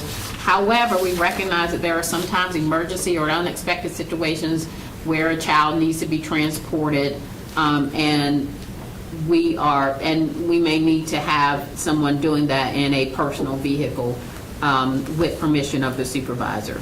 So this is the kid who may be left at school. We can't find the parent, and we're trying to get the child home, that sort of thing. So number one says that the principal designee has to confirm that a school system vehicle is not available to transfer the student and must first make an effort to contact the parent or guardian or emergency contact to transport the student. If the parent or guardian or emergency contact is unable to transport the student, then the principal or designee should seek the permission to transport the student in an employee's private vehicle. If that happens, there must be at least 2 employees in the vehicle. They must possess required licenses and all other qualifications, and that they must ensure that any student under the age of 16 is left in the care of a responsible person if they're transporting that student home. Employees who use their private vehicles to transport students should understand that the private vehicle is not covered by the school system vehicle insurance, and they would need to complete the Form 1713B And it also makes it clear here that it is permissible for an employee to decline to transport a student in their private vehicle. So we don't want a situation where somebody feels like they have to use their private vehicle, and at the same time, we're telling them it's their private insurance that's going to cover if anything happens there. So that's the purpose of that section. And then Section E is if employees are driving their private vehicles for other work purposes. It's similar in terms of saying, if you have to drive your private vehicle, or if you're driving your private vehicle to attend a conference or meeting or something like that, first you need to have your supervisor's permission to attend the event, and that's just kind of the basic. And then you need required license and other qualifications. You need to understand that the driver and the vehicle need to be insured, understand that the private vehicle is not covered by the school system's insurance, and then comply with any other requirements that may be made by the superintendent or designee. All right, I see a lot of hands. I saw Mr. Hershey's first. You come back to me. You good? All right. No, I'm not, but I You're want to not, but finish. you need to process? Yes. Okay. Ms. Edmonds, and then Chair Haggerty, and then we'll come back to Mr. Hershey. So, Section D, I don't know that it's any particular number, but, well, wait a minute. It's something about filling out the form. I'm just, in the scenario you described where, say, a child is left at school and there's no other option, can't reach the parent or what have you, and there's no other option, and you've got the 3 employees, you've got the driver and 2 additional employees to transport the child. No, it's just 2 employees. Oh, 2, okay. So what is that form 171-3B, I mean, how does this actually play out? That's the form that in the would- moment, like, Can they fill it out after? It would be the form where the employee basically says, I understand that my insurance is going to be the insurance that covers here if I'm traveling with this child. okay. Yeah. Yeah, so we are in the process of modifying Form 1713B because to reflect the modifications that would come from the policy change here. But the idea is that, that person, and most of the time when we're talking about those people, we're talking about our administrators anyway. And so what my suggestion is that our administrators would sign these early, not when the emergency situation comes up. We'd already have that in place for them to have that signed. But it basically says, if I'm going to be transporting a kid in my private vehicle, I understand it's going to be my private insurance that would kick in that transporting situation. So they're not signing that form every time they're taking a kid home? No. Okay. Okay. That's all I have. So I have some real reservations about the policy, and I'm curious, has this been circulated for feedback? Have we gotten any comment from principals, teachers, and parents about it? We have not gotten comments. As I said, we work with our risk management section, recognizing, again, that it's something that we're already doing. The things about the insurance, that's not something that we're requiring. That's based upon the insurance law. So it's really just an opportunity to put people on notice rather than them doing it and not recognizing that. So, well, Dr. Attila, do you? No, go ahead, I don't want to interrupt. So I guess where I'm coming from with it is when we say it's what we're already doing. I'm aware, and maybe I shouldn't say it publicly, but I'm aware of all kinds of violations of what this proposed policy would be when it comes to private vehicles being used for school-sponsored activities. And if this policy goes into effect, I think it's going to effectively, I believe, I could be wrong, but shut down a lot of student participation in off-campus activities. I can think of examples I've seen with athletic events of students, say, going to a track meet, driving other students to the same track meet, or driving them home from the track meet rather than driving them back to the school. I could see the same thing with school concerts and musical events where they might be going to an off-site location for a concert and asking parents to come in and help drive those students. student activities that are school-sponsored but student-led. We have a lot of high school clubs that it might be a school-sanctioned event, but the students, being teenagers, might go and participate without necessarily having a student, a teacher or a staff member in the vehicles. They might meet at school for Key Club or National Honor Society, and then all go out to attend a volunteer project in many different cars, and then from those cars go home as opposed to getting on an activity bus. And then even with employees to events, it talks about conferences and such. You know, I can think of examples where, you know, a teacher or a staff member in a role is doing something to support a student, but it's not necessarily their primary duty. For example, I've seen, going back to track, a special education student who was running track who had their special education teacher attend and be there and support them through it. Didn't drive, but would they have to go through all of this process just not to attend the event as a spectator, attending the event, but attending the event to support the student, even though they're not, you know, driving the student. I see a lot of things that I know that families and students in this district already do, and I'm worried that this would just shut a lot of that down and preclude a lot of that participation. So let me start with kind of the school activities. So the idea behind section C here is when the school system itself is providing for transportation for an activity.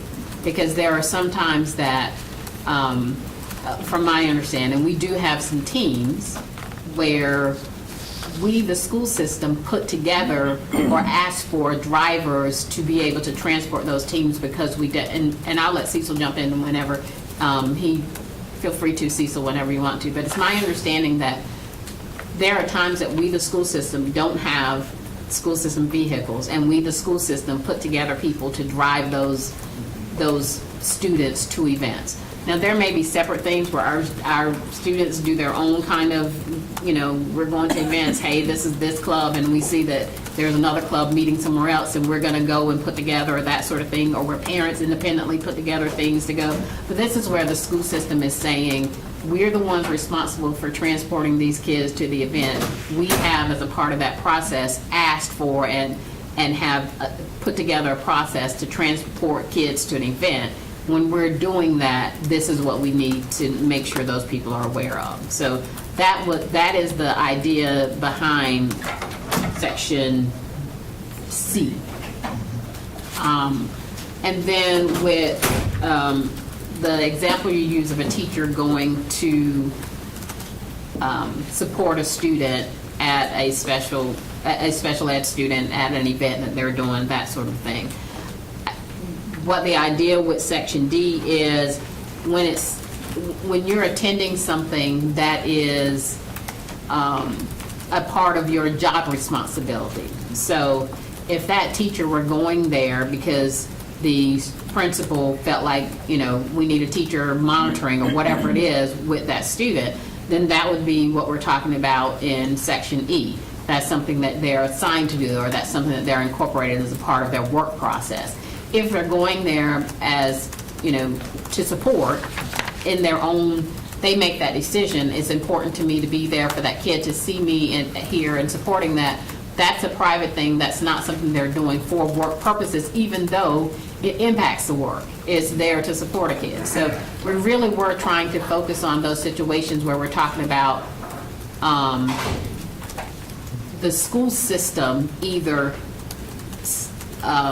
creating transportation opportunities, saying this is what we need to do to get these kids to these events, or where the school system or a supervisor says, you know, yes, you're going to this conference and the employee is driving to the conference for work purposes, gaining knowledge for work or whatever they're doing, but those employees need to understand it's your insurance that's kicking in. So again, our thing here was we need people to know what's happening. Go ahead, Cecil. It was not to, I agree with you. The practice has been going on for years, and you asked earlier if there was any feedback. There's been feedback going on for years through our office, through the athletics office, through transportation. It's just been, there's just been no formal meeting other than the meeting that Kendra and I had about putting the policy together. But this other set, the last 2 or 3 sections of this is to make sure that everyone is on notice that if you're using your personal car, you know, your insurance is at risk, because as much as everybody in here would probably like to change the insurance laws of North Carolina in some shape or fashion, we cannot do that. So that was the main purpose behind this, because we have had situations where employees misunderstood that, and we wanted to make sure that they did. And we also want to make sure that our volunteers are cleared volunteers that understood that also. So then is 1713B just something that if your kid is in an after-school activity and you're going to be driving them around, we should just give out as a just in case parents, so we have that? I'll let Cecil speak to 1713B because it's something that, this is not something new. It's been a part of our, it's something that's out there already that our parents and others use. But again, for many of our activities, we have activity buses. I see them, you know, I pass them on the road sometimes when they're going to events. But we do know that there are some where we don't have those available. So certainly in those sorts Or of... a driver, or a club that can pay for a driver. Mhm. Or parents that would love to get their CDL, that's a whole different thing. Parents who'd love to get their CDL so they can drive it, so they don't have to pay for a driver out of the club booster club. I'm getting off topic, but yeah. This happens quite a bit with athletic events, because some teams are small. They're not all, the size of a football team, So it happens quite frequently there. But as far as 4 or 5 years ago, we worked with athletics to try to get our hands around this a little bit. This is just making it more official. When it really comes in with athletics is Saturday mornings, because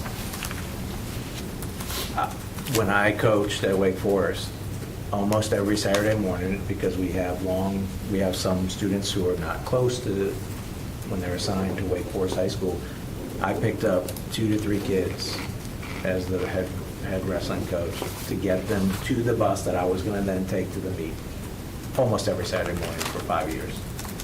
And so that's where, to me, this comes in. And I'm wondering about the driver must ensure that any student under the age of 16 is left in the care of a responsible person. So when I would drop them off, I would sit and wait, and they would go into their house. Is that it? Or are we saying that I have to know, not me anymore, but does the coach have to go up to that house and say, I can't leave you here because you're home alone and you're 15? Or is that, it's a real concern, because that's something that I did. Because some parents are comfortable with a 14, 15-year-old staying home alone, and some parents aren't. And when they go into a house, Yeah. they use their key and go in. That's... Or even if there is an adult there, you don't know whether or not they're a responsible adult. That's... How are you supposed That's to also determine, true. you know what I mean? Yeah.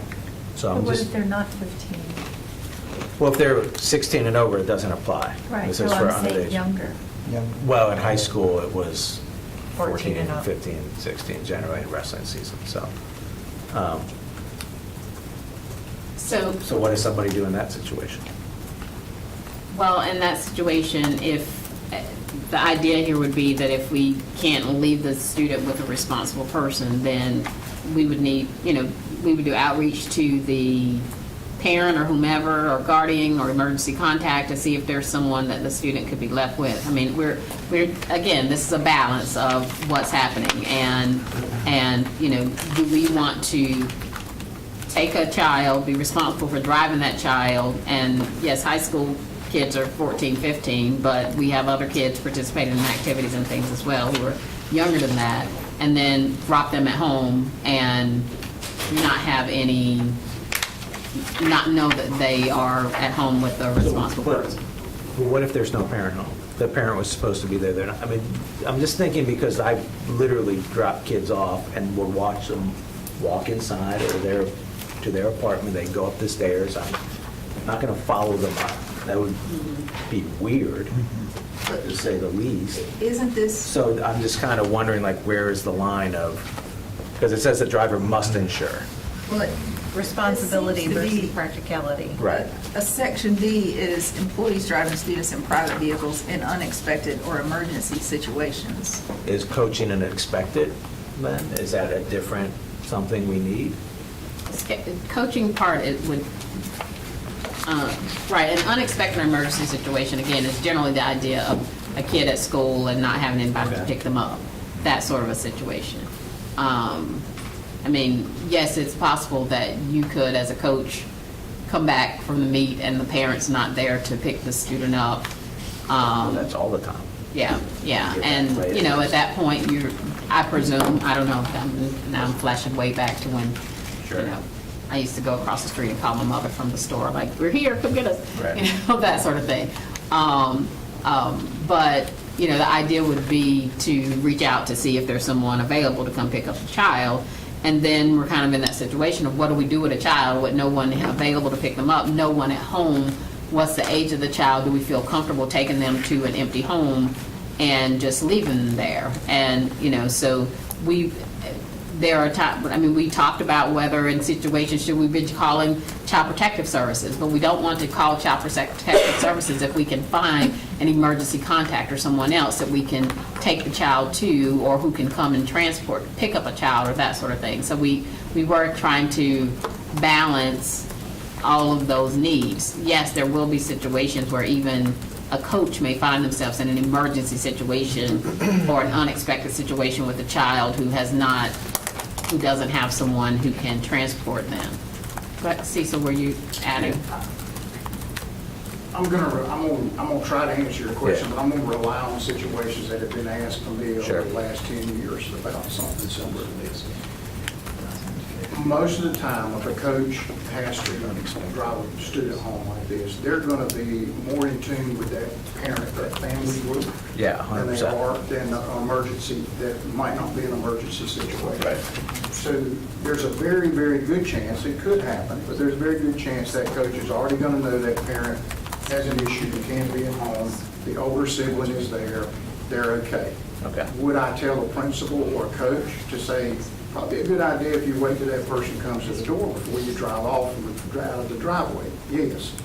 The other situation being an emergency, as Kendra described, most likely what has happened is a parent the kids missed a bus. They can't get on the bus. The parent works in Durham and cannot get there for a certain amount of time. But when they're talking to that parent to see about can they drive them home, then that principal or that administrator at the school has that discussion with them and say, is there anybody there to receive that child when we get home? Yeah. Or are you okay with my 17-year-old being dropped off at home alone? So we can't put every situation that might happen into policy. So I got it. The last question I had, and I know we're running short on time, is in Section A, where it's for applicants, it's checking by human resources. For activity, it's risk management. For school bus drivers, it's transportation. Does human resources also, are they also aware of school bus drivers? Like, is there a crossover? Yes. Because we have 3 specific, so I'm just. Yes, so for any applicants that we have that are, And someone who is currently a school bus driver, do they not have to check in with human resources? Is that they will have already done that when we went through the applicant process. Yeah, Is but that- things happen after they become school bus drivers. So is that only approved then by transportation, or does human Oh, resource are you saying like if a school bus driver has gets a bunch of tickets? an all of a sudden? accident or something like that? We are made aware of if they are in accidents, and we work with transportation to deal with if they're in accident. And we are actually in the process of making sure that when tickets come in, they are supposed to Right. notify. But we're also in the process of working to make sure that we become aware of that through monitoring if those drivers. Thank you. So I don't want to rush this. I have Dr. Ng and Ms. Caulfield, but I think what I'd like to do is see this come back in October, since and we'll start off with this, but I'll let Dr. Engen and Ms. Caulfield share their comments and questions. Yeah, just real quick, I mean, I agree. I don't feel like we can codify everything into this policy. And it kind of reminds me of kind of the Good Samaritan kind of, for physicians that have to practice, in a place where they're trying to do something good, and you can't punish somebody for doing good. And then I think we may have more clarity on everything once we have that risk management form 1713B in our hands. Okay, we can work on that update Yeah. and get that ready for the next meeting. Ms. Caulfield? So I was going to ask about the form, meaning the availability, like in an emergency, you might not be able to say, oh, let me open the building back up, go and get the form, let me make sure I fill that out. So I did have a question on that, so I don't know, maybe we could discuss that more in October. As far as Section A14, where they have to report the next day, what if they're not able to or in a situation where they can? So, like, if they're in an accident, I mean, if they're in an accident, they may not always be in the right, either frame of mind or physical Right. availability. Who does it for them? I mean, does it just get passed off to the principal, enters it, or how does it work with that? So if it was a bus driver, that would be something where our transportation folks would be able to, they are normally aware if there's been an accident or something, if a bus driver doesn't show up or something like that, so that they become aware of those situations. And then, so that's, you're really talking about the accident. Moving violations, obviously, they could be able to report the next day. So if there was an accident, that wouldn't be something that we would hold against an employee because they can't report something because they are unable to communicate. Eventually, it becomes something that we become aware of, potentially, or their supervisor would become aware of, just through,